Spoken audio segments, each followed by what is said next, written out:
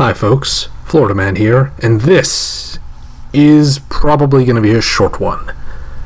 We are going over a game I played in the Olympus Diplomacy Tournament, run by Bob the Builder. And before we get started, I want to note that I am also currently publishing a lit RPG fantasy novel on Royal Road, linked in the description below. Now, to this game. The game was called Hebe, named after a Greek goddess, I believe. I played as England, which, as you guys will know, along with Italy, not my favorite country to play as. We will see how this went. But like I said, spoiler alert, it's probably going to be a short one. The game began. I did my best at communicating with France and Germany, my neighbors, and I also tried to be friendly to Russia, who said he was not going to open north, so that was good. My plan with the beginning was that I was going to do what England normally does. I was going to occupy the North Sea, the Norwegian Sea, and have options to make sure I could get Norway no matter what, and possibly have a say on Belgium. I misorder right off the bat. I was trying to move London to the North Sea, and instead I misused Backstabber's interface and accidentally ordered it to Helgoland Bite. I didn't even notice it when I was putting in the orders. So, London holds in place. Much worse than that, though, France immediately violates our DMZ of the English Channel. And he moved to Burgundy too, which made it look like potentially maybe he was going to try and do something to Germany, or maybe this was all a play to have control over who got Belgium, but this is a very ominous opening for me. And I was also having a little bit of trouble really establishing a strong connection with Germany, so it was a little disappointing to see that France stabbed me very first thing out of the gate. Typically, this is more of like an inexperienced diplomacy player move, I would say, because this is a stab in a circumstance where it cannot possibly actually hurt me. All it does is make France very committed against England without having assured the same commitment from Germany. But maybe my misorder will be enough to deliver that commitment to him. In the east, we see some very interesting maneuvering. Austria going for a possibly coordinated bounce with Russia. I would bet that it was. Italy going to Tyrolia, which normally would look ominous, but perhaps is not so in this case. Turkey making all of the usual Turkey moves. Going to fall, we see that in the fall, I am in a bit more trouble than it seemed at first, because in addition to Germany not seeming that friendly to me verbally in spring 1901, he's now actively following through with France's plan to attack me. He goes for the North Sea, vacating Denmark, which was a big surprise for me. I am focusing everything I can on France while also making sure I get Norway, but Germany and France are each getting 2 builds here. It's not a good situation for me. They're also both successfully holding on to the aggressive ground they've taken, so they've got the English Channel and the North Sea. It's going to be difficult for me to dislodge them from either of those places without potentially losing something. Looking to the east, we see Italy takes Trieste with no opposition. Austria goes for Galicia and actually gets in this time, and Turkey supports Russia into Romania, while they do another coordinated bounce in the Black Sea, for some reason. Or perhaps not such a coordinated bounce. At the same time that Italy's moving into Trieste, Italy also moves into the Aegean Sea, which suggests that perhaps the Trieste move was by agreement with Austria, who might have been willing to give up Trieste to get a more committed Italian offensive against Turkey going. Probably a smart move, given that Turkey is supporting Russia into Romania here. Looking to the build phase, we see that I got a fleet, France naturally also got a fleet and an army, and Germany also, of course, got a fleet and an army. So it's looking very bad still. I'm trying to talk them out of continuing to attack me, and the talk is not going well. Russia builds armies, but one of them's in St. Pete, which is really, really bad for me, since I have no unit that could possibly provide support to Norway, and even if I did, that support would probably be cut because I don't have the North Sea. Very bad situation. Italy also got a fleet, while Austria got an army in Budapest, because the two of them are both growing, which is really a good mark of a successful alliance, I would say. And of course, Turkey also gets a fleet, seeing that Austria and Italy currently outnumber him at sea. Going to spring 1902, we see that I do lose Norway to Russia right away, but I also take the North Sea back from Germany. I know that is an essential place to control, and I want to control it. Very important. At the same time, Germany makes a failed attempt to convoy to London, but, he no longer has the North Sea now. And also, I did not vacate London.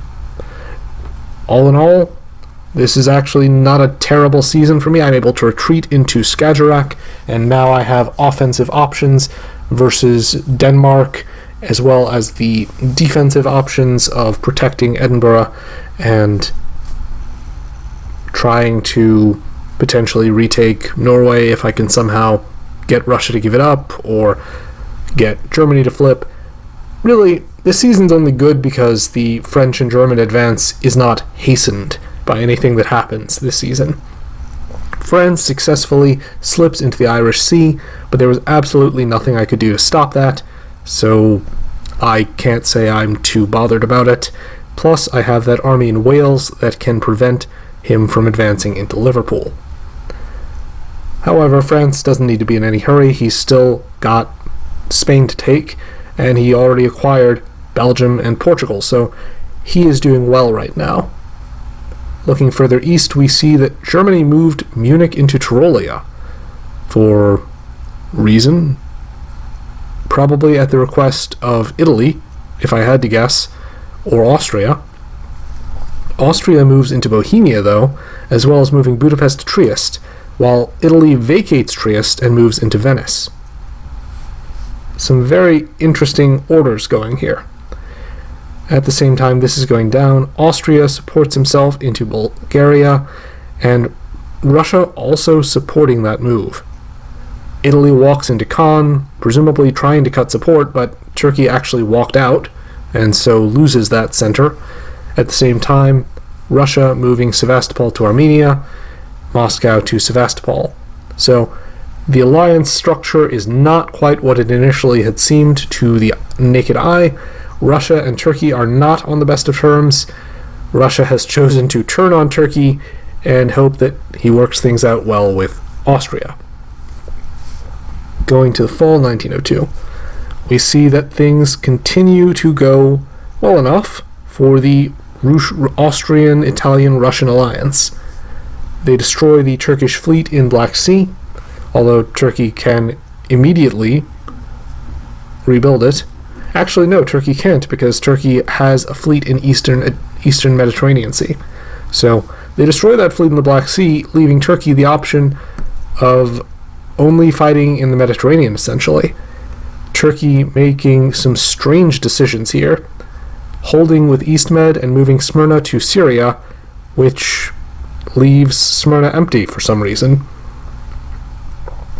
Perhaps he was hoping he would get a rebuild of something somewhere for some reason, but I cannot fathom the choices that Turkey's making. Not that Turkey has much chance no matter what he does.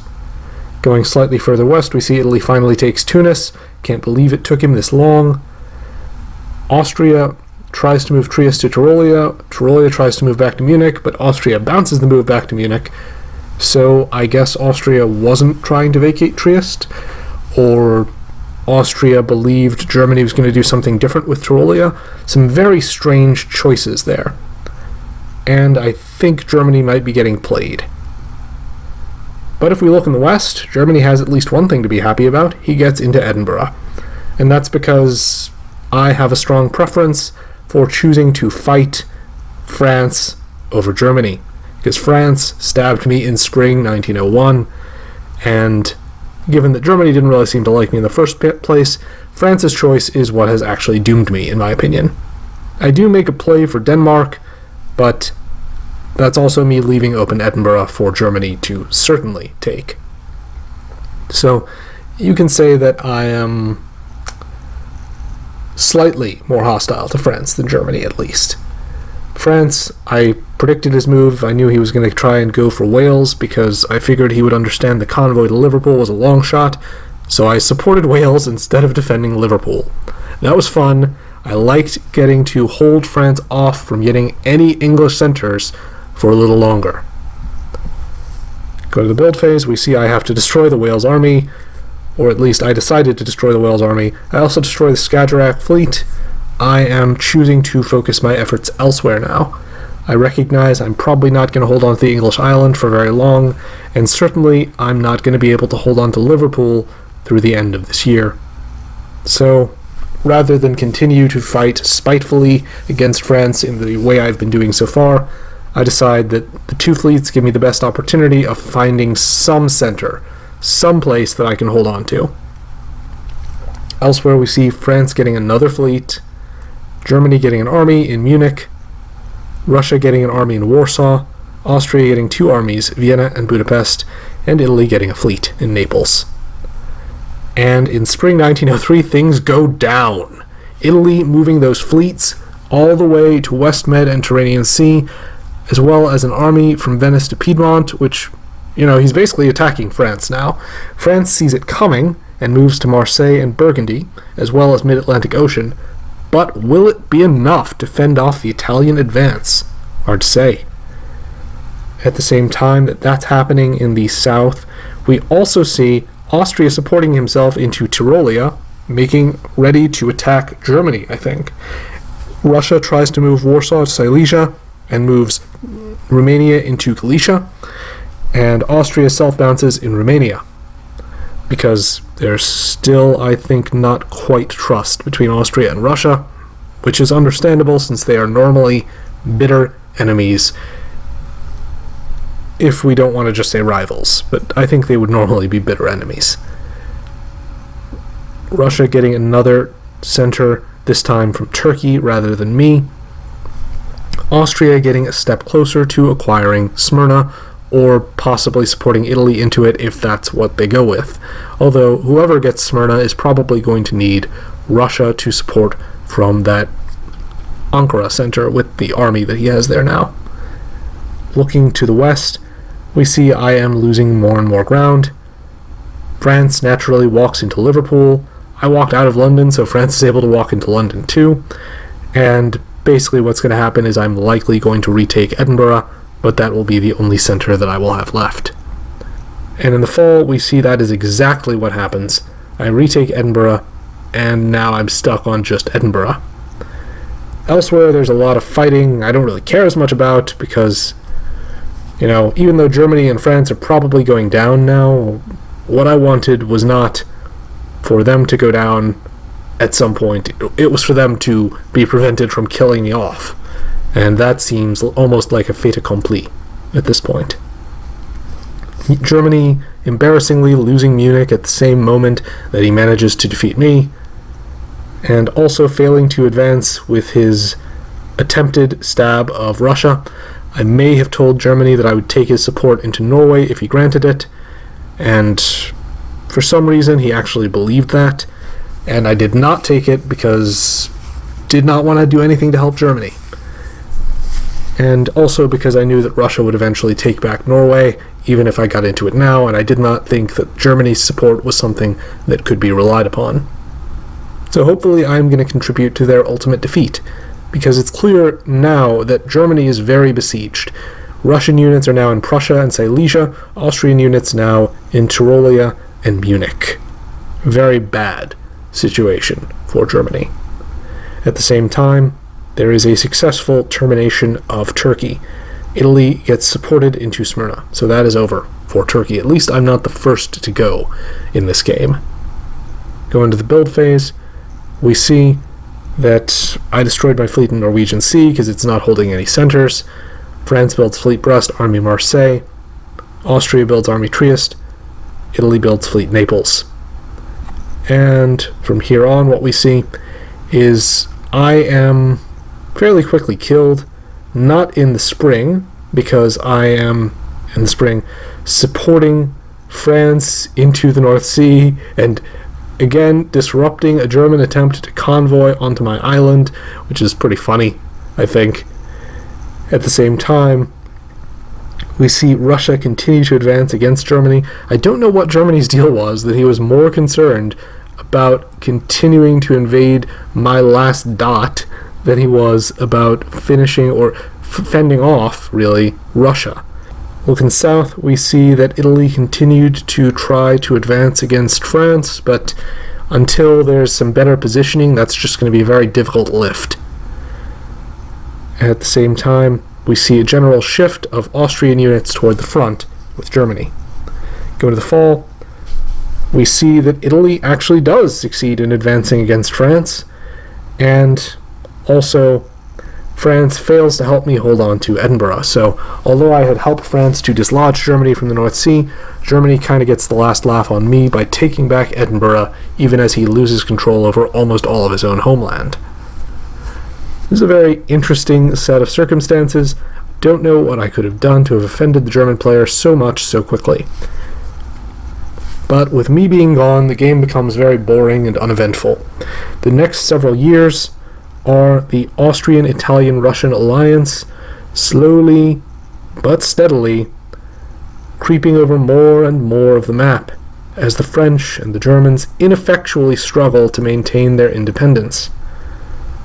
The France-Germany alliance was, I think, only ever built on mutual opposition to me, so it is no surprise to me that they ultimately crumble around the end of 1907, and that the last German center is taken by Russia in 1908. There's still some play left in the game after that.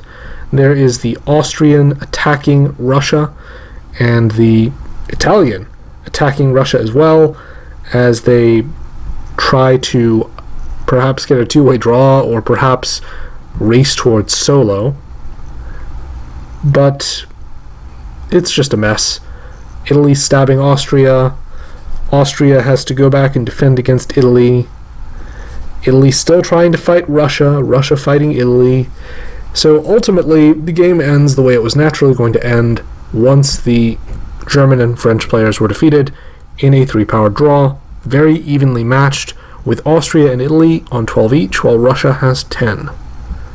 A very interesting game for them, I hope, and very fun, I would imagine, if you were Austria, Italy, or Russia. As for me, this was not one of my best games, and frankly, I think that the powers who eliminated me could probably say the same thing. Hope you enjoyed this diplomacy commentary. At this point, I want to thank and credit my Patreon patrons. They are great, and provide me that extra little bit of support to make this a more worthwhile endeavor.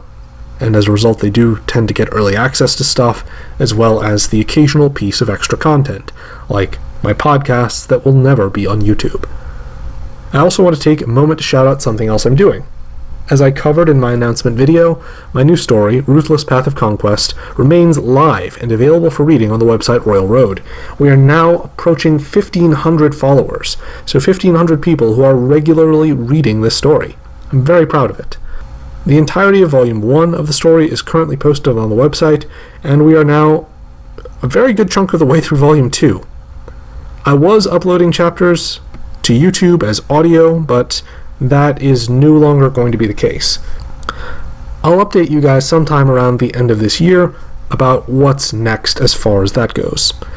So following the link to Royal Road in the video description, reading some of my story, Ruthless Path of Conquest, and giving me 5 stars is almost as valuable at this moment in time as literally handing me money. Although I've also launched a Patreon for the story, in case you wanted to literally hand me money for it. If the story continues to be successful, my goal is to make my living by creating stuff. If it wasn't obvious, this would also be very good in terms of its effect on my likely taking on new and interesting creative projects, some of which might be of interest to you. Till next time, Florida Man, out.